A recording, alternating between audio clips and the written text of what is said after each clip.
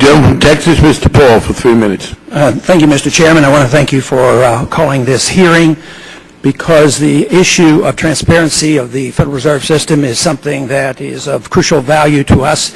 I rather enjoy the fact that the Federal Reserve has been in the limelight lately, because that is the source of our problems. That's where the inflation comes from. That's where the distortion comes from. That's where the malinvestment comes from. And it's a shame that we don't know more about it. But I don't blame the chairman of the Federal Reserve System for this, because it's already been quoted that 13.3 is in the law. So a lot of responsibility falls on us here in the Congress. Also in Title 13, Chapter 7 of Subtitle 1, says that the GAO has authority to audit the Federal Reserve Board, the Federal Reserve banks, as well as the FDIC and the comptroller of the currency. Sounds good, except you go to the next paragraph and say, except for you can't audit the Federal Reserve or any of these organizations for the things that matter, such as transactions with foreign banks, transactions with foreign governments, transactions with international banking organizations. We can't have real access to knowing what's happening at the discount window in detail, as well as how reserves are used, as well as information and what really transpires at the FOMC. The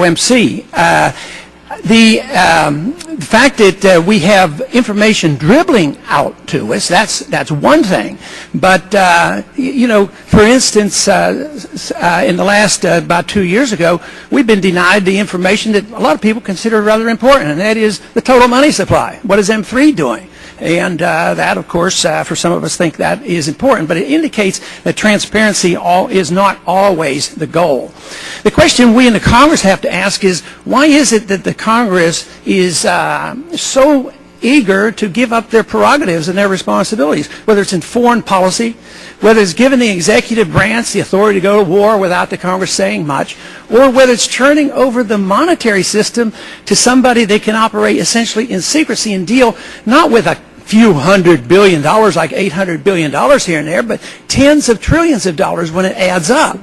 And yet the Congress seems to do very little. So if we're concerned about transparency, if we're concerned about what's happening with monetary policy, believe me, the code has to be changed. But I'm delighted that the chairman of the Banking Committee is interested in this, at least to put some pressure.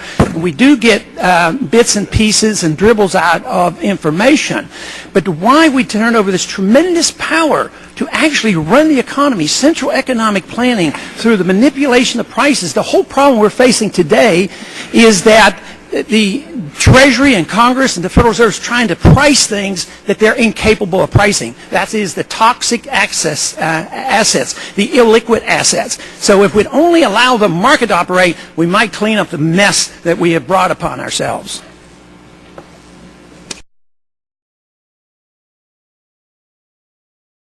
Response will have to come in writing. The gentleman from Texas, Mr. Paul.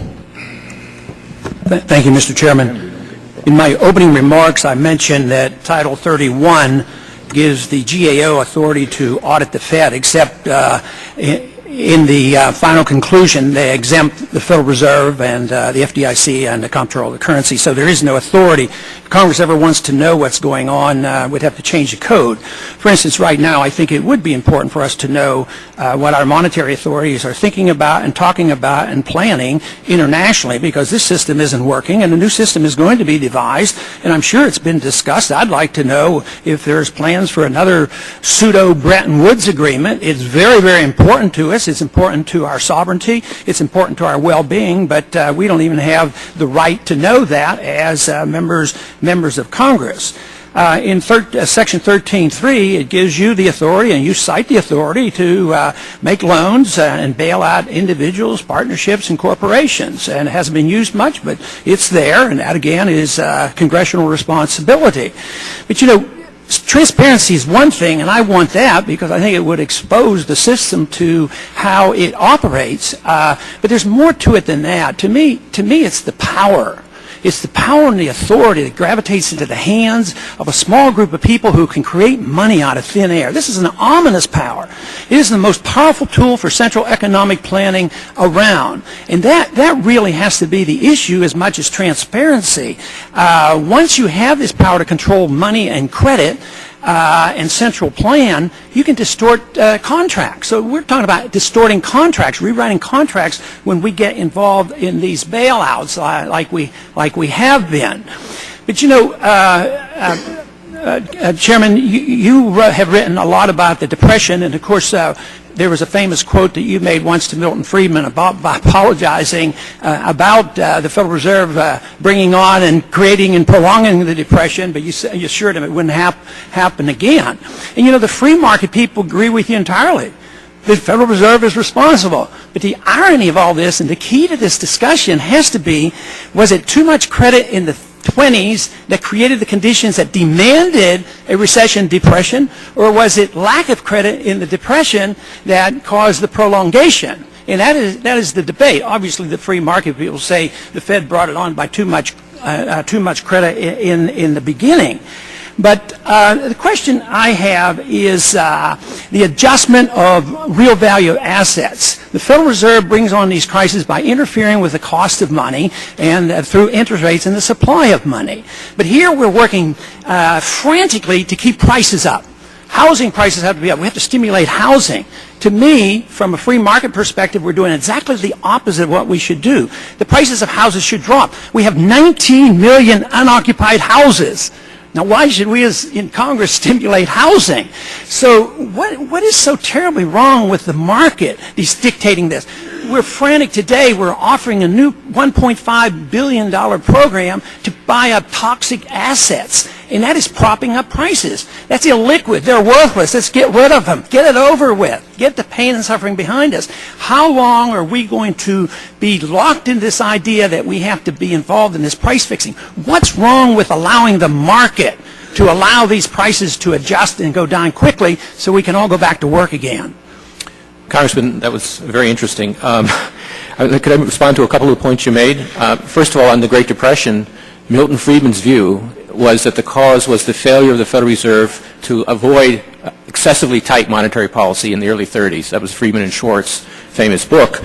And with that lesson in mind, the Federal Reserve has reacted very aggressively to cut interest rates in this current crisis. And moreover, we've also tried to avoid the collapse of the banking system, which was another reason for the Depression in the 1930s. On prices of housing and the like, we're not trying to prop up the price of housing. What we're trying to do is get the credit markets working again so that the free market can begin to function in a normal way instead of in this seized up way in which it's currently acting.